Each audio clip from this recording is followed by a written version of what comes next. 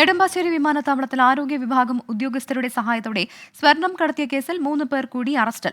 വിമാനത്താവളത്തിലെ ആരോഗ്യ വിഭാഗം മുൻ ഉദ്യോഗസ്ഥരാണ് അറസ്റ്റിലായവർ. വിഷ്ണു സുരേഷ് കൊച്ചിയിൽ നിന്ന് ചേരുന്നുണ്ട്. വിഷ്ണു, ഈ അറസ്റ്റിലായ ഉദ്യോഗസ്ഥരുടെ വിവരങ്ങൾ എന്താണ്? കഴിഞ്ഞ മാസം 1400 ഗ്രാം സ്വർണം കടത്താൻ ശ്രമിച്ചതിന് നെടുമ്പാശ്ശേരി വിമാനത്താവളത്തിലെ ആരോഗ്യ വിഭാഗം ഉദ്യോഗസ്ഥനായ ലിബിൻ ബോണിയെ DRI അറസ്റ്റ് ചെയ്തിരുന്നു. ഈ കേസിന്റെ തുടരന്വേഷണത്തിൽ ഭാഗമായാണ് നിലവിൽ 3 പേർ കൂടി പിടിയിലായത്. ഇതിൽ 2 പേർ നെടുമ്പാശ്ശേരി വിമാനത്താവളത്തിലെ മുൻ ആരോഗ്യ വിഭാഗം ഉദ്യോഗസ്ഥരാണ്. ഇവരുടെ പേരുകൾ ഇങ്ങനെയാണ്: സേതു സന്തോഷ് ഗോകുൽ. അതോടൊപ്പം തന്നെ സ്വർണ്ണക്കടത്ത് സംഘത്തിലെ മറ്റൊരു പ്രധാനപ്പെട്ട കണ്ണിയായ മലയാറ്റൂർ സ്വദേശി ജെറിൻ ബൈജുവിനെയും ഈ കേസുമായി ബന്ധപ്പെട്ട് DRI അറസ്റ്റ് ചെയ്തിട്ടുണ്ട്.